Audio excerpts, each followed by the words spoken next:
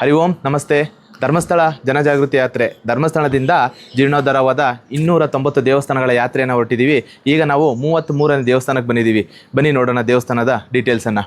ಈ ದೇವಸ್ಥಾನದ ವಿಶೇಷ ಏನಪ್ಪ ಅಂತಂದರೆ, ಈ ದೇವಸ್ಥಾನ ಬರೋದು ತುಮಕೂರು ಜಿಲ್ಲೆ ತಿಪ್ಟೂರು ತಾಲೂಕು ಹೊನ್ನವಳ್ಳಿ ಅನ್ನೋ ಒಂದು ಗ್ರಾಮದಲ್ಲಿ. ಈ ದೇವಸ್ಥಾನಕ್ಕೆ ನಮಗೆ ಬೇರೆ ದೇವಸ್ಥಾನಗಳಿಂದ ಒಂದು ಸ್ವಲ್ಪ ವಿಶೇಷ. ಏನು ವಿಶೇಷ ಅಂತಂದರೆ ಬನ್ನಿ ನೋಡೋಣ. ಈ ದೇವಸ್ಥಾನದ ಹೆಸರು ಹೊನ್ನವಳ್ಳಿ ಅಮ್ಮನವರ ದೇವಾಲಯ ಅಂತ ಹೀಗಿದೆ. ಬಟ್ ಇದರ ಹಿಂದಿನ ಹೆಸರು ಉಡಿಸಲಮ್ಮ ದೇವಸ್ಥಾನ. ನಮಗೆ ಧರ್ಮಸ್ಥಳದಿಂದ ಕೊಟ್ಟಂಥ ಮಾಹಿತಿ ಪ್ರಕಾರ ಇದು ಉಡಿಸಲಮ್ಮ ದೇವಸ್ಥಾನ ಅಂತ ಇತ್ತು. ಇದು 2005 ಮತ್ತು 2007 ನಡುವೆ ಧರ್ಮಸ್ಥಳದಿಂದ ಜೀರ್ಣೋದ್ಧಾರ ಆಗಿತ್ತು. ಆಗಿನ ಫೋಟೋಗೂ ಈಗಿನ ಫೋಟೋಗೂ ತುಂಬ ಡಿಫ್ರೆನ್ಸ್ ಇದೆ, ಅಂದರೆ ಅಜಗಂತರ ವ್ಯತ್ಯಾಸ ಇದೆ. ಏನಾಗಿದೆ ಅಂತಂದರೆ, ಇಲ್ಲಿನ ಊರಿನವರು ಸೇರಿ ಆ ದೇವಸ್ಥಾನವನ್ನು ಇನ್ನೂ ಚೆನ್ನಾಗಿ ಡೆವಲಪ್ ಮಾಡಿದ್ದಾರೆ.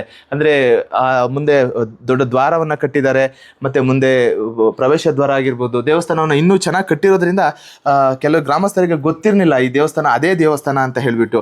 ನಾವೊಂದು 4-5 ಜನನ ಕೇಳಿ ಕನ್ಫರ್ಮ್ ಮಾಡಿಕೊಂಡು, ಮತ್ತು ಇಲ್ಲಿನ ಟ್ರಸ್ಟ್ ಅವರಿಗೆ ಫೋನ್ ಮಾಡಿ ಕನ್ಫರ್ಮ್ ಆದಮೇಲೆ ಹೌದು ಇದು ಹಿಂದೆ ಆಗಿತ್ತು, ಈಗ ಇನ್ನೂ ಚೆನ್ನಾಗಿ ನಾವು ಮಾಡಿದ್ದೀವಿ ಅಂತ ಹೇಳಿದ್ರು. ತುಂಬ ಖುಷಿ ವಿಚಾರ. ಬನ್ನಿ ಅಮ್ಮನವರ ದರ್ಶನ ಮಾಡಿಕೊಂಡು ದೇವಸ್ಥಾನದ ಒಳಗಡೆ ಹೇಗಿದೆ ನೋಡೋಣ. ಈ ದೇವಸ್ಥಾನ ಇದು ಪ್ರಾಂಗಣ 4 ಕಂಬಗಳ ನಡುವೆ ಇದಿದೆ. ಬನ್ನಿ ದೇವರ ದರ್ಶನವನ್ನು ಮಾಡೋಣ, ಅಮ್ಮನವರ ದರ್ಶನವನ್ನು ಮಾಡೋಣ. ಅಮ್ಮ ತುಂಬ ಚೆನ್ನಾಗಿ ಕಾಣಿಸ್ತಾರೆ. ಇವತ್ತಿನ ಅಲಂಕಾರ ಕೂಡ ತುಂಬ ಚೆನ್ನಾಗಿದೆ. ಶನಿವಾರ ವಿಶೇಷ ಅಂತ ಅನಿಸುತ್ತೆ. ಸ್ವಾಮಿ ಅಲ್ಲಿವರೆಗೂ ಹೋಗ್ಬೋದಲ್ಲ? ಅಲ್ಲಿವರೆಗೂ ಹೋಗ್ಬೋದು. ಉಡಿಸಾಲಮ್ಮ ಈಗಿನ ಹೆಸರು ಸ್ವಾಮಿ ಈ ದೇವರಿಗೆ ಹೊನ್ನಾಂಬಿಕೆ, ಅಂದರೆ ಹೊನ್ನಾವಳ್ಳಿ ಇರೋದ್ರಿಂದ ಮೇ ಬಿ ಹೊನ್ನಾಂಬಿಕೆ ಅಂತ ಹೆಸರನ್ನ ಗ್ರಾಮ ದೇವತೆ ಹಾಗೆ ಅಮ್ಮನವರು ಇಲ್ಲಿ ಗುರುತಿಸ್ಕೊಳ್ತಾರೆ. ತುಂಬ ಅದ್ಭುತವಾಗಿದೆ ವಿಗ್ರಹ, ಅಲಂಕಾರ ಕೂಡ ತುಂಬ ಚೆನ್ನಾಗಿ ಮಾಡಿದ್ದಾರೆ. ಖುಷಿ ಆಗುತ್ತೆ ದೇವಸ್ಥಾನಗಳು ಈ ಥರ ನೋಡೋದಕ್ಕೆ. ಮತ್ತು ಈಗ 3 ಗಂಟೆ ಮಧ್ಯಾಹ್ನ ಈ ಟೈಮ್ನಲ್ಲೂ ಕೂಡ ದೇವಸ್ಥಾನ ಓಪನಿಂಗ್ ಇದೆ. ನಾವು ಬೇರೆ ಕಡೆ ಹೋದಾಗ ಬೆಳಗ್ಗೆ 10 ಗಂಟೆಗೆ ಕ್ಲೋಸ್ ಆಗುತ್ತೆ. ಬಟ್ ಈ ಟೈಮಲ್ಲಿ ಕೂಡ ಗ್ರಾಮ ದೇವತೆ ದೇವಸ್ಥಾನ ಓಪನ್ ಇದೆ. ತುಂಬ ಖುಷಿ ಆಗುತ್ತೆ.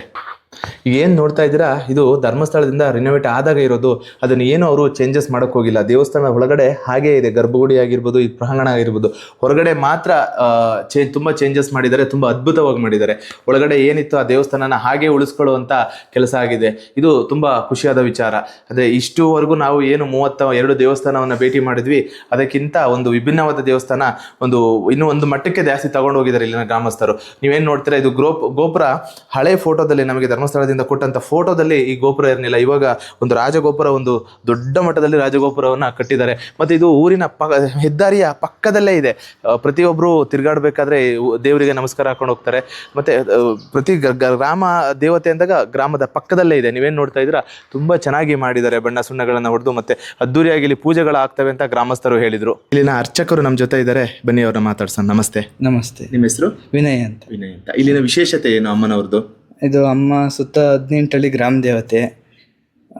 ಇಲ್ಲಿನ ಗ್ರಾಮ ದೇವತೆ ಅಮ್ಮರು ಅಪ್ಪಣೆ ಆಗುತ್ತೆ. ನಿಮ್ಮದು ಏನು ಕೆಲಸ ನೀವು ಹೊಂದ್ಕೊಂಡಿರೋದ್ರ ಬಗ್ಗೆ ಅಪ್ಪಣೆ ಕೇಳಿದರೆ ಮುಗ್ಮುಡ್ಸಿದ ಕೆಳಗಡೆ ಅದೇ ಉತ್ತ. ಅದು ಮೂಲ ವಿಗ್ರಹ. ಅದೇ ಮೂಲ. ಈಗ ದೇವಸ್ಥಾನ ಏನು ಹೂವನ್ನ ಅಲ್ಲಿ ನೀವು ಮುಡಿಸ್ತೀರಾ? ಅಲ್ಲಿ ಕಣಗ್ಲು ಮುಡಿಸ್ತೀವಿ. ಕಣಗ್ಲು ಹೂವನ್ನ ಮುಡಿಸ್ತೀವಿ.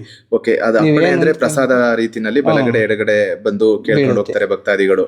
ಇದು ಮೊದಲು ಇದು ರಾಜರ ಆಳ್ವಿಕೆಯಲ್ಲಿ ಇತ್ತು. ಅಂದ್ರೆ ಸುತ್ತ ಕೋಟೆ ಐತಿ. ಈಗಲೂ ಅವಶೇಷಗಳು ಇದೆ ಕೋಟೆಗಳು. ಅಮ್ಮನವರು ಕೋಟೆ ಕಾಯ್ತಾ ಇದ್ರು. ಊರು ಹೊರಗೆ ಐತಿ ದೇವಸ್ಥಾನ ಇದು. ಅಮ್ಮನವರು ಕೋಟೆ ಕಾಯ್ತಾ ಐತೆ ಅಂತ ಒಂದು ಪ್ರತೀತಿ. ಪ್ರತಿನಿತ್ಯ ಇಲ್ಲಿ ಪೂಜೆ ಪುರಸ್ಕಾರ ಎಲ್ಲ ಆಗ್ತಾ ಇರುತ್ತೆ. ಪ್ರತಿನಿತ್ಯ ಪೂಜೆ ಇರುತ್ತೆ. ಶುಕ್ರವಾರ ಮಂಗಳವಾರ ವಿಶೇಷ ಪೂಜೆ ಇರುತ್ತೆ. ಧನ್ಯವಾದ. ನಮಗೆ ಹಳೆ ಫೋಟೋದಲ್ಲಿ ಈ ಗೋಪುರ ಇರಲಿಲ್ಲ. ನಮಗೆ ಒಂದು ಸಾಕ್ಷಿ ಹಾಕಿದ್ದು ಈ ಅರಳಿ ಮರ. ನೀವೇನು ನೋಡ್ಬೋದು, ಈಗ ಪ್ರಸ್ತುತ ಇದೆ ಅರಳಿ ಮರ. ಹಳೆ ಫೋಟೋದಲ್ಲೂ ಇದೆ, ಈಗಲೂ ಇದೆ. ಇದೊಂದು 2-3 ಸಂಗತಿಗಳನ್ನು ನಾವು ಮ್ಯಾಚ್ ಮಾಡಿಕೊಂಡು ಕನ್ಫರ್ಮ್ ಮಾಡ್ಕೊಂಡ್ವಿ. ಮತ್ತು ನಾವು ನಿಮ್ಗೆ ಅನ್ನಿಸ್ಬೋದು ಹೇಗೆ ಹೋಗ್ತಾ ಇದ್ದೀವಿ, ಎಲ್ಲಿ ಉಳ್ಕೊಳ್ತಾ ಇದ್ದೀವಿ, ಊಟ ತಿಂಡಿ ಹೇಗೆ, ಇದ್ರ ಬಗ್ಗೆ ನಮ್ಮ ಶಶಿಜಿ ಅವರು ಬ್ಲಾಗ್ಸ್ ಮಾಡ್ತಾ ಇದ್ದಾರೆ. ಅದು ಮತ್ತು ಫೇಸ್ಬುಕ್ ಪೇಜಲ್ಲಿದೆ, ಅಲ್ಲಿ ನೋಡ್ಬೋದು ನೀವು. ಹಾಗೆ ನಮ್ಮನ್ನು ಫಾಲೋ ಮಾಡಿ, ಇನ್ನಷ್ಟು ನಮಗೆ ಎಂಕರೇಜ್ ಮಾಡಿ ಅಂತ ಕೇಳ್ಕೊಳ್ತಾ ಇದ್ದೀನಿ. ಜೈ ಹಿಂದ್, ಜೈ ಕರ್ನಾಟಕ.